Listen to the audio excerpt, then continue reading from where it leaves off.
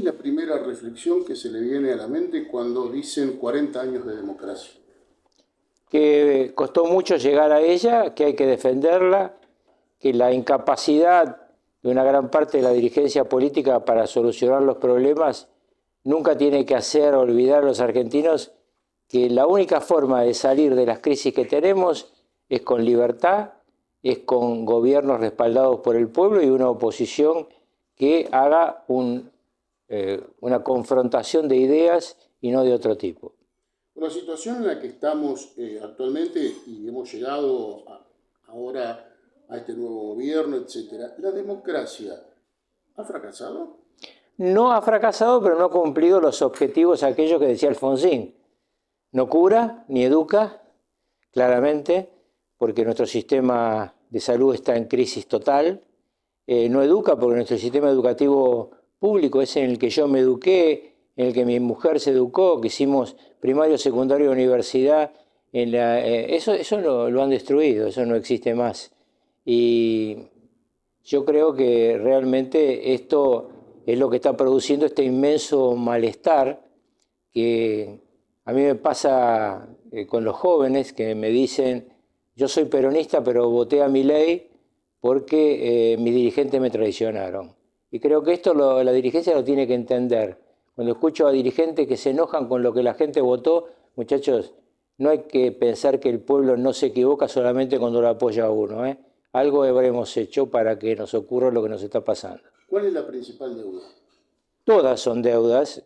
La mitad de los argentinos bajo la línea de pobreza y el mamarracho del presidente diciendo que sus propios índices están mal y que no puede haber tanta pobreza. Por suerte salieron dirigentes sociales de su propio espacio a decirle no es así, la gente lo está pasando muy mal. Lo que pasa es que los presidentes que viven viendo la vida desde un helicóptero, que no entienden que había funcionarios que no funcionaban, les pasa lo que les pasa. ¿Por qué pasa que hay gobernadores que ganan con el 45% y presidentes que son repudiados? Algo está pasando, algo ha hecho mal el gobierno nacional, algo ha incumplido de su obligación de defender a los que menos tienen.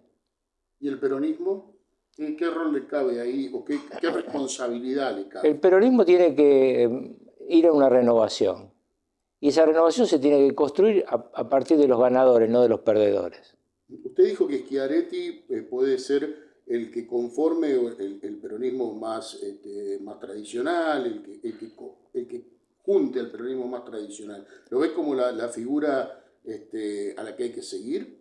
Yo veo a dos emergentes, Kicillof como emergente de lo que yo llamo el kirchno-peronismo, es decir, el peronismo que se alineó atrás del liderazgo de Cristina Kirchner, y lo veo a Schiaretti, si tiene ganas, como un representante del peronismo más ortodoxo, con unas convergencias que en algún momento se tienen que dar, buscando internas que vayan, como hicimos nosotros después de la derrota frente a Alfonsín, 40 años atrás, de construir una democracia interna que yo creo que tuvo su máxima expresión en aquella interna entre Antonio Cafiero y Carlos Menem, donde dos proyectos distintos fueron convalidados, uno por la gente y el otro perdió, pero el que ganó llamó al que perdió y el que perdió ayudó al que ganó. Habló de Kicillof. Usted fue el único gobernador hasta ahora, este periodo que va a tener Kicillof ahora, que gobernó la provincia de Buenos Aires con el gobierno nacional de otro signo político. ¿Cómo fue esa experiencia? Fue buena al comienzo porque los dos teníamos la misma debilidad. De la Rúa no tenía mayoría en ambas cámaras, yo no tenía mayoría en las cámaras del Congreso de la provincia. Después entramos en crisis cuando llega Cavallo al Ministerio de Economía y empieza a restringirse el pago de la coparticipación de impuestos a la provincia de Buenos Aires.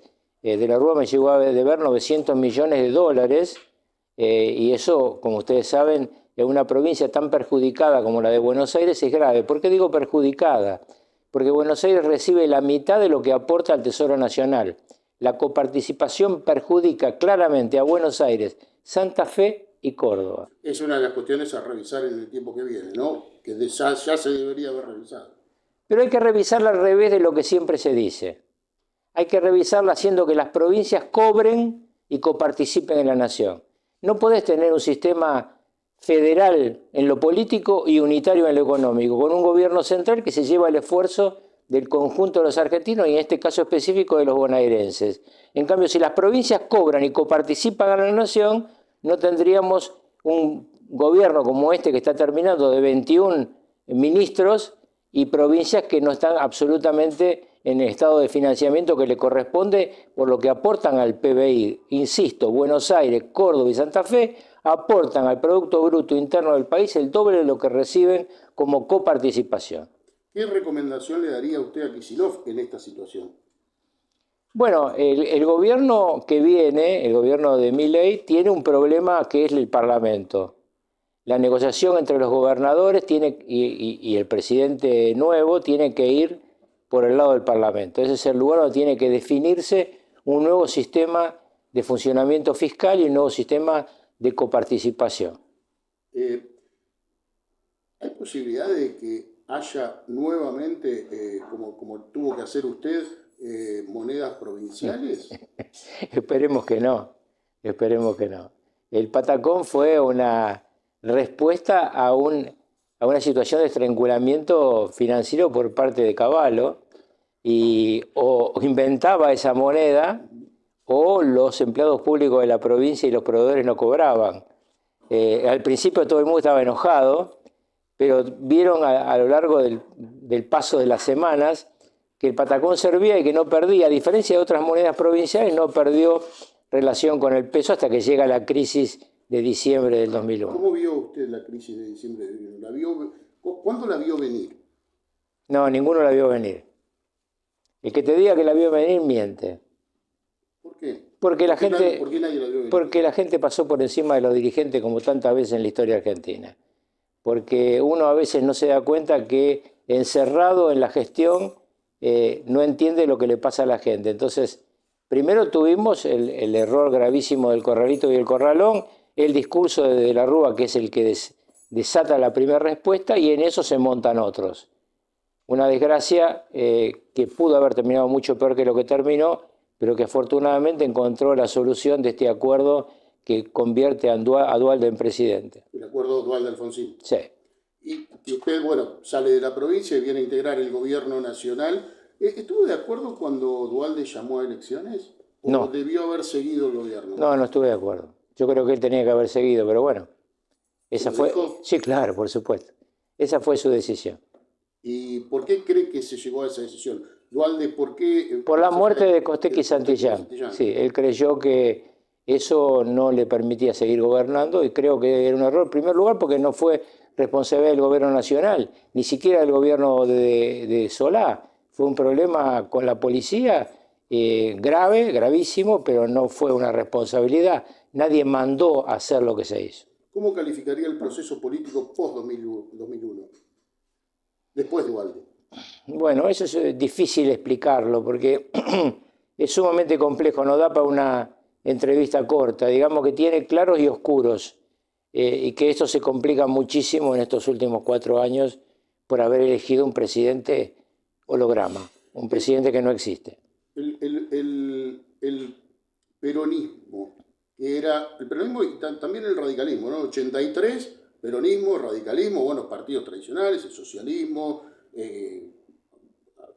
resurge por ahí la UCD después, pero digo, los partidos tradicionales que eran los fuertes, que eran los que competían en las elecciones hasta entrado los 90. ¿Qué pasó? ¿Por qué después el proceso fue diferente?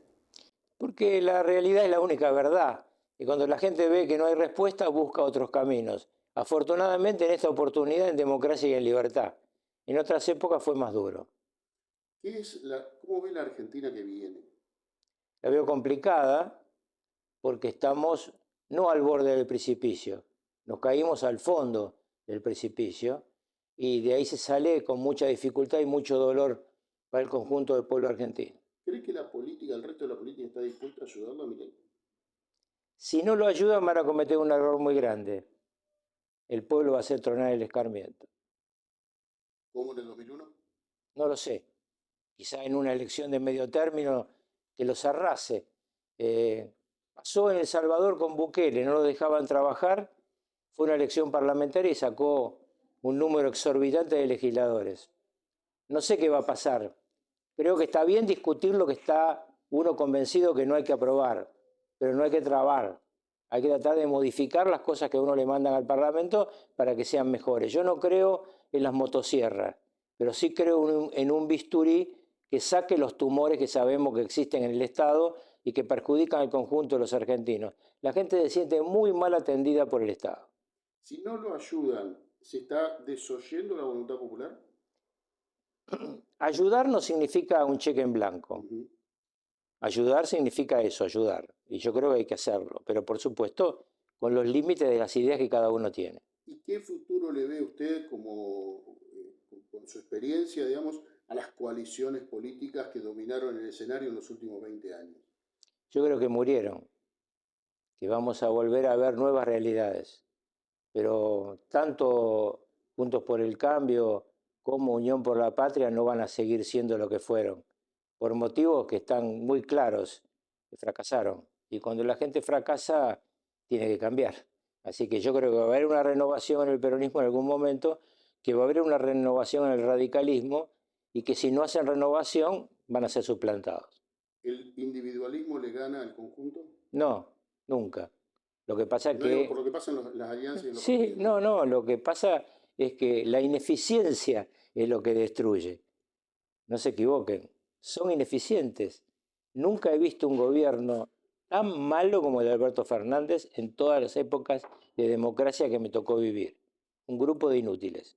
¿Y ese error se lo atribuye a Cristina Fernández de Kirchner No, exclusivamente? no, se lo atribuyo fundamentalmente a Alberto Fernández, a Sarasa Guzmán y luego a la continuidad económica que hemos visto.